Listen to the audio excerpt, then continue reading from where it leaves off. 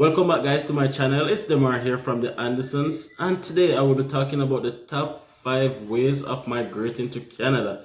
Thank you guys for supporting me so far. I really appreciate it. If it's the first time you're watching one of my videos, please subscribe, like, share, and definitely leave a comment.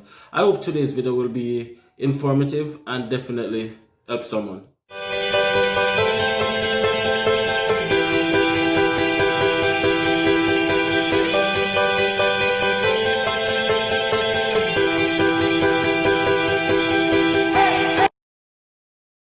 So these 5 ways, guys, are based on my own experience and also research that I have done.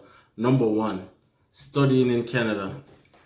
Studying in Canada is one of the safest ways of immigrating to Canada, even though it's considered to be one of the most expensive ways because international students in Canada pay a lot more school fee than Canadian. But for me, I would encourage anyone to study in Canada.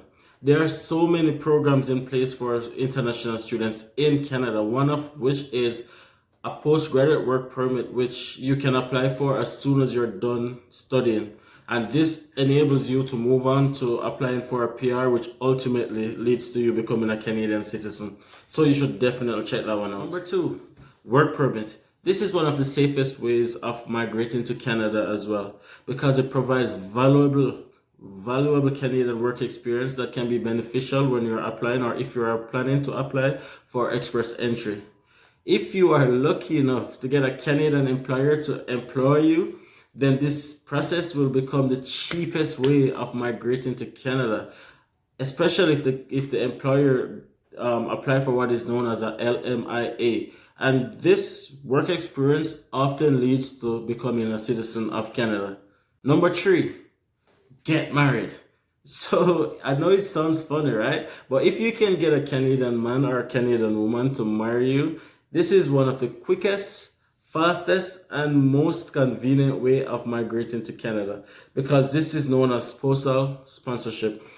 If you can get if you can get someone to marry you, then you come pretty much directly as a permanent resident of Canada. The issue is though, Canadians doesn't seem to like getting married, and if they do get married, they are usually divorced within 6 months. So it's kind of a hit or miss. It's totally up to you. Number 4, express entry. This is one of the riskiest way of migrating to Canada. And I say risky not because there's like danger involved or anything, but it's just not guaranteed. It's based on a point system. You can start an express entry profile from your own country, but you need a certain amount of points in order to be selected. And the things that generate the most points is, guess what? Number 1, Canadian school experience, and number 2, Canadian work experience. These are things that give you a significant amount of points that would then assist you in your express entry, and then ultimately will assist you in migrating to Canada. It's important to note though that if you're doing an express entry profile, there's no such thing as too much money. You need a lot of money in your account. The more money you have, the better chance it is of you of being selected. That's just a point of information, and which is why a lot of persons choose to go the earlier routes, applying to school, getting a job, or trying to get married before doing an express entry. And the final way, guys, tip number 5 is investing in Canada or being an entrepreneur in Canada. Investing in Canada is a very good way of migrating to Canada because you'll be contributing directly to the Canadian society. Or if it is that you are an entrepreneur, you want to start a business in Canada, absolutely. Because there's a lot of pilot programs that's happening now that is geared towards entrepreneur. And all of these programs are leading directly to becoming a permanent resident of Canada. So absolutely, if you want to start a business, if you want to invest some money in a business, look into investing in Canada. If you want to migrate to Canada or if you want to start a business, look at how you can start a business in Canada, and that's also a very good way of migrating to Canada.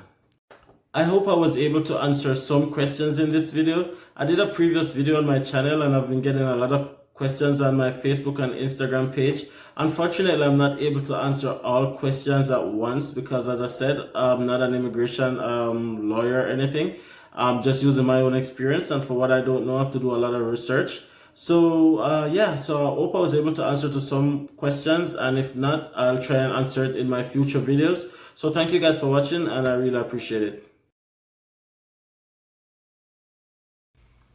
Thank you guys for watching this video to the end. Don't forget to like, share, comment, and subscribe. The Andersons.